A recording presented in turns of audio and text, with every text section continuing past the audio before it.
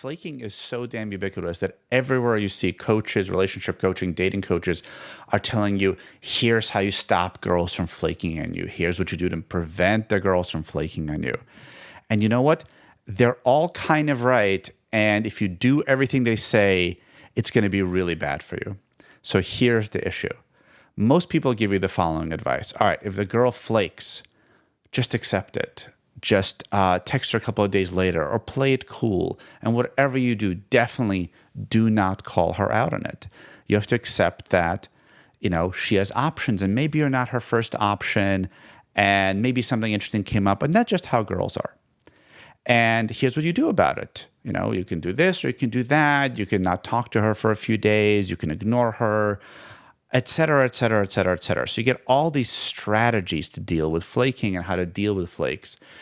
And all these strategies, again, they might work in a certain sense, but they definitely don't work in a different sense. And that's the one we're going to focus on. And that is, they don't work for you in the long term. They absolutely cannot work for you.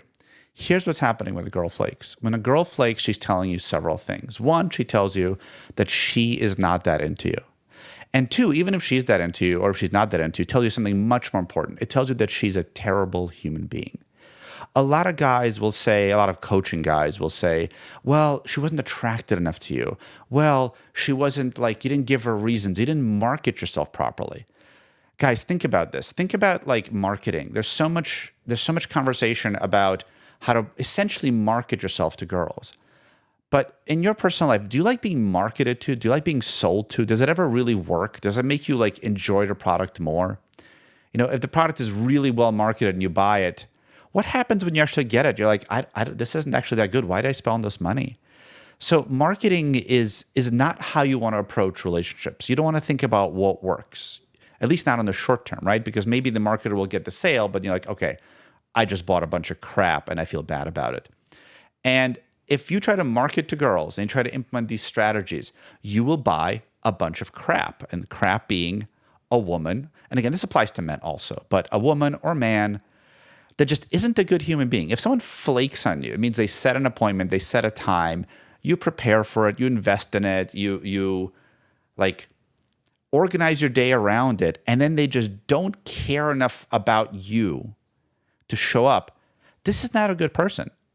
And again, it's not because they're not attracted to you.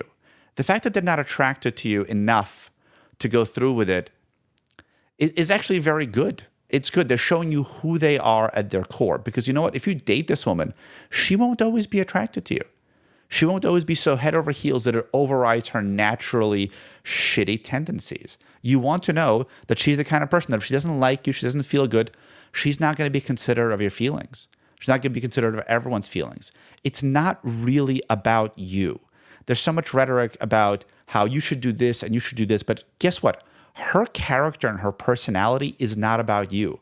You might be able to somewhat influence her behavior if she's really into you. If you play the games right, if you do the push-pull, if you don't text her for 3 days, if you create mystery, all this nonsense, you might be able to shift her behavior temporarily a little bit. And then the moment you're dating, the moment you know her, the moment things are safe, she's going to go right back to being a terrible goddamn human being.